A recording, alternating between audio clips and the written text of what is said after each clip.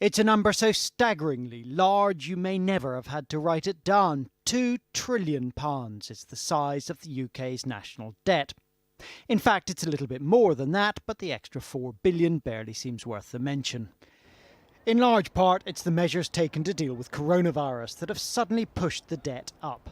The Chancellor has put in place an unprecedented package of support to help to weather individuals and businesses through the storms of COVID, and that was the right thing to do. We've helped millions of people to stay in work through the furlough scheme and a range of other measures. To fund those, between April and July, the government borrowed more than £150 billion. By comparison, it borrowed just over £22 billion in the same period last year. That borrowing pushed overall debt up to more than 100% of GDP, the value of everything produced in a year. It has been higher, just after the war, for example, but you still have to go back to 1961 to see debt at that level of GDP.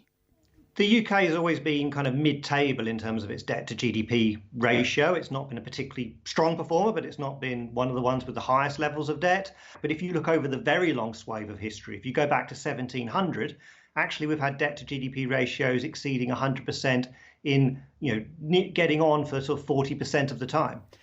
But although the current debt is eye-watering, interest rates are extremely low, so many economists think government should be borrowing more to fund the recovery.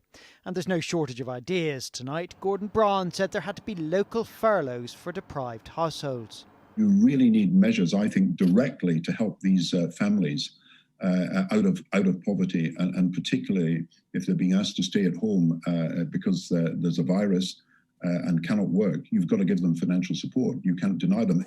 But today the Chancellor sounded much more cautious, saying in a statement that the public finances had to return to a sustainable footing, which will require difficult decisions. Business groups say it's a bit soon for those. We think having sustainable public finances is obviously very important. However, if we raise taxes, there's very real risk that we could choke off the economic recovery at this time. There was a glimmer of good news today. Retail sales figures were better than expected, although it's mostly food and online retailers who are benefiting, with much of the high street still suffering.